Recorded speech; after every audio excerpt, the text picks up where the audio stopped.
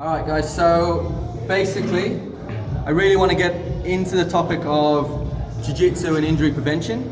There's so much stuff from trying to spend as much time on the mats, which is ideal for learning and everything, but if you don't track certain postural issues or tightness or certain body maintenance issues that creep up from a lot of jiu-jitsu and that kind of closed off position, tighten the hips, tighten the abs, a lot of flexion. Even when you're on your back, you're trying to get that knee in. There's a lot of hip flexor stuff. On top of that, if you come from an office job where you're in that kind of flexion position a lot throughout the day, sitting, then you go and do jiu-jitsu, like it can add to this cycle of like on and on and on, and you dig yourself into a hole, and then basically you're asking for something to pop up injury-wise. So if you don't take note of some of this stuff, you're going to be out here and there with injuries when it could well and easily be prevented. Some key points and some big things just off the top of my head that stand out the most that you see from that classic kind of position where you're quite closed off like that, or even when you're in guard on your back and you're trying to get that knee in, you're never flat or straight, you know. And so a big one is thoracic flexion, where you kind of close off there. That affects your breathing, closes off your diaphragm. If this becomes a bit more of a normal position for you, from an office job to this to day, you're gonna get less digestion, you're gonna get less from your food basically when it comes to digestion.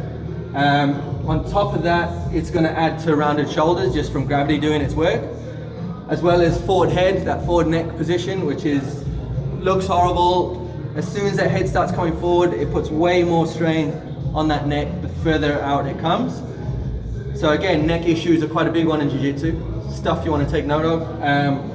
Rounded shoulders will come from that, as well as that kind of closed off position, always trying to keep quite closed off. On top of that, that's going to increase your chance of injuries, shoulder-wise, shoulder tweaks. That's another big problem in jiu-jitsu. If that kind of shoulder joint is a bit forward, you've got that whole protraction of that scap, it's going to affect your training and increase your chance of injury. So things to look at is like trying to open up the chest, get rid of that flexion. There's certain things mobility-wise and injury prevention and body maintenance that can definitely just keep you on the mats for years to come. Then you get tightness in the abs, maybe even psoas, that can affect your lower back. Tightness in the hips, it can affect when you get into these end ranges and these weird positions you end up in jiu-jitsu.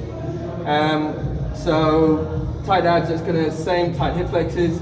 Your forearms get a hiding, you're always trying to make those grips or fight off those grips, there's so much forearms in the mix basically, and if you don't take a bit of note, they seem like a small thing and they get quite neglected, but if you can spend a bit of time just getting into that forearm, it's going to help upstream, feed a bit of slack into that elbow, bicep, tricep, helps the shoulder in the long run, helps that grip, helps your hands.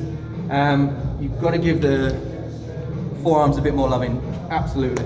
On top of that forward neck, pretty much grips, neck issues.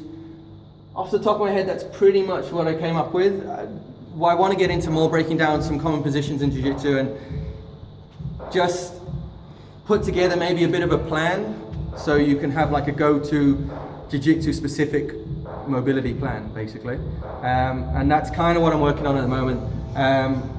So basically, stay tuned, check out JitsMob, and stay safe, injury free. Get the hell